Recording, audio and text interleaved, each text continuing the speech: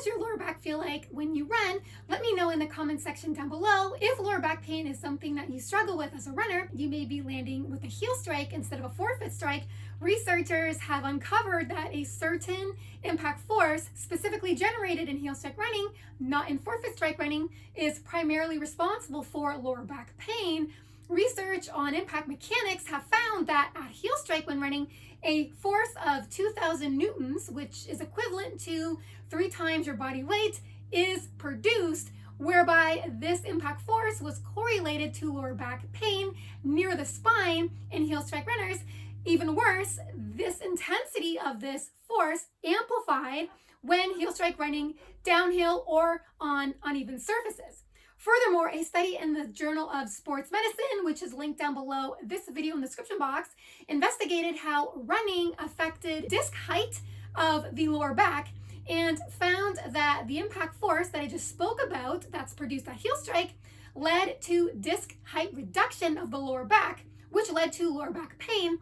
Generally speaking, lumbar or lower back degenerative disc reduction is a common condition and is a very common source of lower back pain.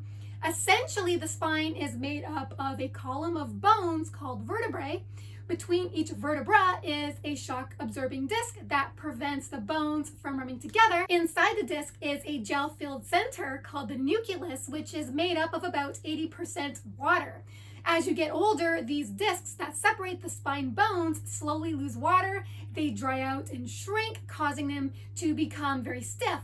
These age-related changes doesn't happen to everyone, but when it does, these negative changes are often very gradual, but there are risk factors that can certainly accelerate the condition and increase the severity of the condition, such that the distinctive impact forces in heel strike running seems to do just that. And also, the high impact produced at heel strike when you run grows in proportion to your weight and your speed, meaning that the more you weigh and the faster you run with a heel strike landing, the greater the impact overexposure, which may increase your chances of developing chronic lower back pain.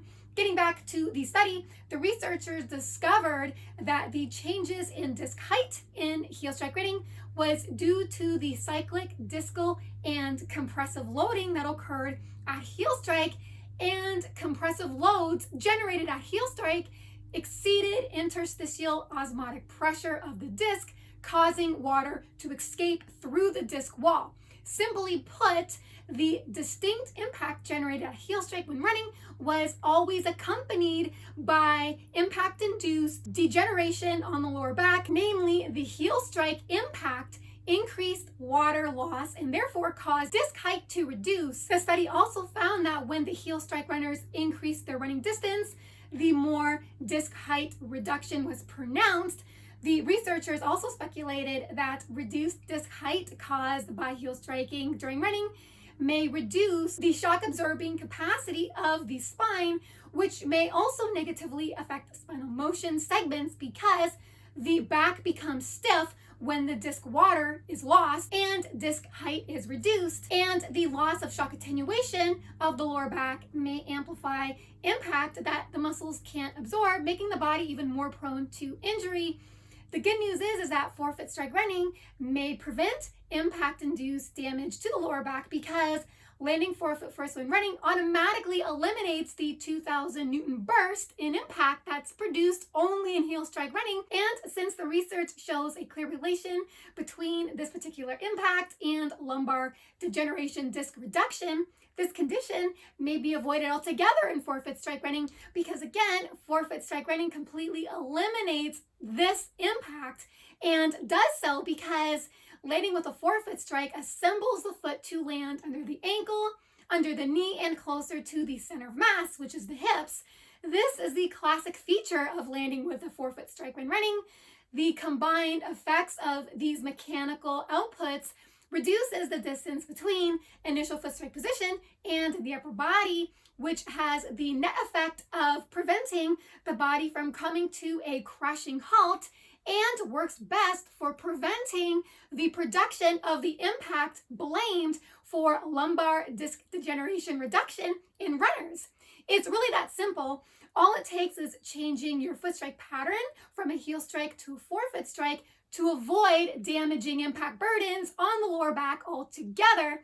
To get a better understanding of what a proper forefoot strike looks like, I posted in the description box down below a video that I did to give you a clear-eyed view on what exactly a proper forefoot strike landing looks like. Hope you've enjoyed this video. If you did, feel free to hit the thumbs up button as well as the subscribe button if you haven't already, where you will stay more informed on forefoot strike running versus heel strike running, as well as more informed on the performance and health benefits of barefoot running and minimalist running. Thank you so much for listening and watching. Have fun out there on the roads and trails. Bye for now.